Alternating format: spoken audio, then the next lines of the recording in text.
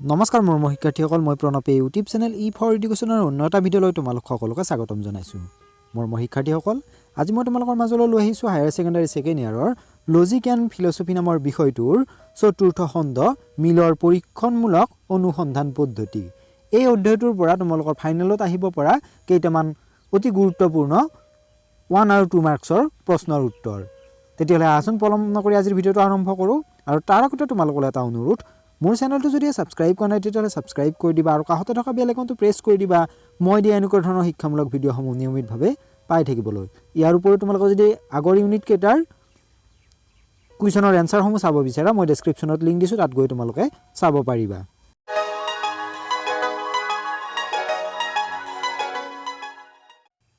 Question number 1, তৰ্ক বিজ্ঞানত কোনে প্ৰথমবাৰৰ বাবে পদ্ধতি প্ৰয়োগ কৰাৰ পোষকতা কৰিছিল?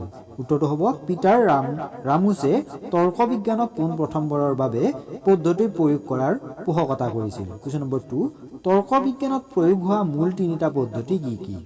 তৰ্ক বিজ্ঞানত প্ৰয়োগ হোৱা মূল তিনিটা পদ্ধতি হ'ল, প্ৰথমটো হৈছে নিগমনাত্মক পদ্ধতি, দ্বিতীয়টো হৈছে আগমনাত্মক পদ্ধতি আৰু তৃতীয়টো হৈছে পূৰ্ণ পদ্ধতি। কুৱেশ্যন নম্বৰ 3, তৰ্ক বিজ্ঞানত প্ৰয়োগ হোৱা পদ্ধতিৰ কোনটো পদ্ধতিক আৱিষ্কাৰৰ পদ্ধতি বোলা হয়? তৰ্ক বিজ্ঞানত প্ৰয়োগ হোৱা পদ্ধতিৰ আগমনাত্মক পদ্ধতিক আৱিষ্কাৰৰ পদ্ধতি বোলা হয়। কুৱেশ্যন নম্বৰ 4, মিলৰ অন্বেষণীয় পদ্ধতিটো কি পদ্ধতিৰ অন্তৰ্গত? মিলৰ অন্বেষণীয় পদ্ধতিটো আগমনাত্মক পদ্ধতিৰ অন্তৰ্গত। প্ৰশ্ন নম্বৰ 5, অপসৰণৰ পদ্ধতি কি? মিলৰ পৰীক্ষণমূলক অনুসন্ধান পদ্ধতিসমূহে হ'ল আগমন পদ্ধতি। ইয়াক অপসৰণ পদ্ধতি বুলিও কোৱা হয়।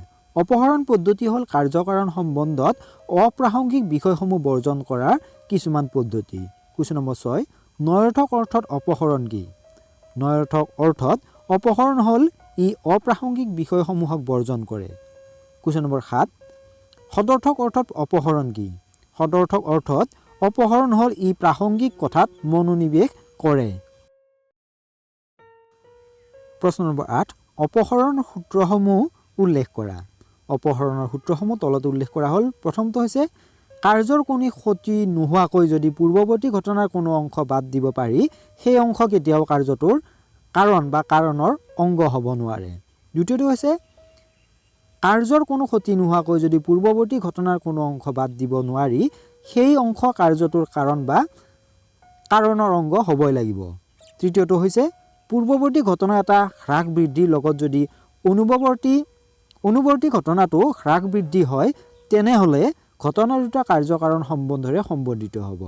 চতুৰ্থটো হৈছে তৰ্কবিদ জোচেফে অপসৰণৰ চতুৰ্থ সূত্ৰটো অৱতাৰণা কৰে। এই সূত্ৰমতে কোনো এটা ঘটনাক যদি কোনো কাৰ্যৰ কাৰণ বুলি জনা যায়, তেনেহ'লে সি অন্য ঘটনাৰ কাৰণ হ'ব নোৱাৰে। প্ৰশ্ন নম্বৰ 9, মিলৰ মতে আগমন পদ্ধতি কেই প্ৰকাৰৰ আৰু কি কি? মিলৰ মতে আগমন পদ্ধতি 4-5 প্ৰকাৰৰ। সেইকেইটা হ'ল, প্ৰথমটো হৈছে অন্বয়ী পদ্ধতি, দ্বিতীয়টো হৈছে ব্যতিৰেকী পদ্ধতি, তৃতীয়টো হৈছে মিশ্ৰ পদ্ধতি বা অন্বেষী ব্যতিৰেকী পদ্ধতি, চতুৰ্থটো হৈছে সহ পৰিৱৰ্তন পদ্ধতি আৰু শেষৰটো হৈছে পৰিশেষ পদ্ধতি। কুৱেশ্যন নম্বৰ 10, ডেছ পদ্ধতিক একান্নহী পদ্ধতি বোলা হয়। ইয়াৰ উত্তৰটো হ'ব অন্বয়ী পদ্ধতি। কুৱেশ্যন নম্বৰ 11, অন্বয়ী প্ৰণালীৰ দুটা সুবিধা লিখা।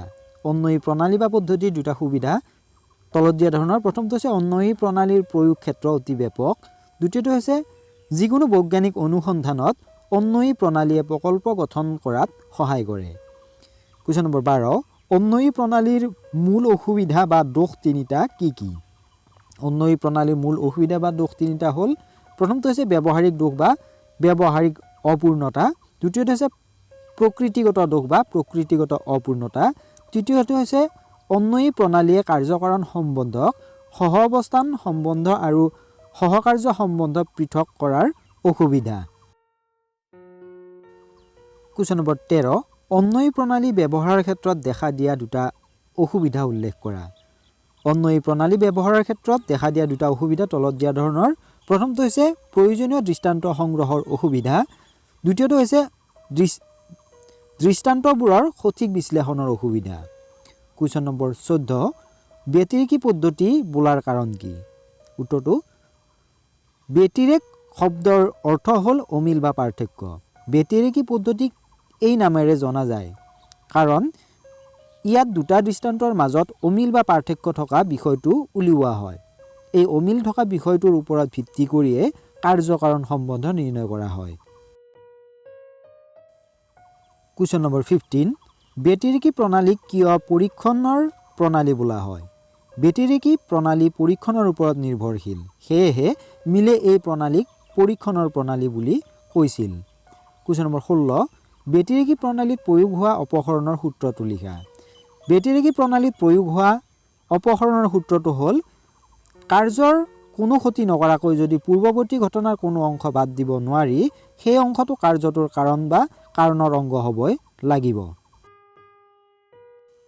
কুৱেশ্যন নম্বৰ 17 ব্যতিৰেকী প্ৰণালীৰ দুটা সুবিধা লিখা ব্যতিৰেকী প্ৰণালীৰ দুটা সুবিধা তলত দিয়া ধৰণৰ প্ৰথমটো হৈছে ব্যতিৰেকী প্ৰণালী প্ৰয়োগ অতি সৰল কাৰণ ইয়াত কাৰ্যকাৰণ সম্বন্ধ নিৰ্ণয়ৰ কাৰণে মাত্ৰ দুটা দৃষ্টান্তৰহে প্ৰয়োজন এই দুটা দৃষ্টান্তই কাৰ্যকাৰণ সম্বন্ধ নিৰ্ণয়ৰ কাৰণে সমৰ্থ দ্বিতীয়টো হৈছে এই প্ৰণালীৰ পৰীক্ষণৰ ওপৰত নিৰ্ভৰশীলভাৱে ইয়াৰ সিদ্ধান্ত নিশ্চিত স্বভাৱৰ সেয়েহে ইয়াক সন্দেহনীয় পদ্ধতিবোৰৰ ভিতৰত শ্ৰেষ্ঠ পদ্ধতি বোলা হয় কুৱেশ্যন নম্বৰ 18 মিশ্ৰ অন্বয়ী ব্যতিৰেকী প্ৰণালীৰ দুটা অসুবিধা লিখা ইয়াৰ দুটা অসুবিধা প্ৰথমটো হৈছে ই নানাকৰণবাদ দোষৰ পৰা সম্পূৰ্ণ মুক্ত নহয় নিৰীক্ষণ নিৰ্ভৰশীল হোৱা হেতুকে ই অপৰ্যবেক্ষণ দোষৰ সম্ভাৱনা থাকে দ্বিতীয়টো হৈছে কাৰ্যকাৰণ সম্বন্ধ আৰু সহোপজাত বা সহ অৱস্থান সম্পৰ্কৰ মাজত থকা পাৰ্থক্য মিশ্ৰ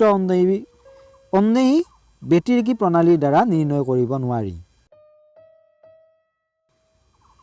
কুৱেশ্যন নম্বৰ 19 একমুখী বা প্ৰত্যক্ষ সহপৰিৱৰ্তন কাক বোলে কোনো এটা ঘটনাৰ পৰিমাণৰ হ্ৰাস বৃদ্ধিৰ লগে লগে যদি আন পৰিমাণৰো হ্ৰাস বৃদ্ধি হয় তেনেহ'লে ইয়াক একমুখী বা প্ৰত্যক্ষ সহপৰিৱৰ্তন বোলে কুৱেশ্যন নম্বৰ 20 বিপৰীতমুখী সহপৰিৱৰ্তন কাক বোলে এটা ঘটনাৰ পৰিমাণ হ্ৰাস হ'লে যদি আন এটা ঘটনাৰ পৰিমাণ বৃদ্ধি হয় নতুবা ঘটনাটোৰ পৰিমাণৰ বৃদ্ধিৰ লগে লগে যদি আন ঘটনাটোৰ পৰিমাণৰ হ্ৰাস হয় তেনেহ'লে তাক বিপৰীতমুখী সহপৰিৱৰ্তন বোলে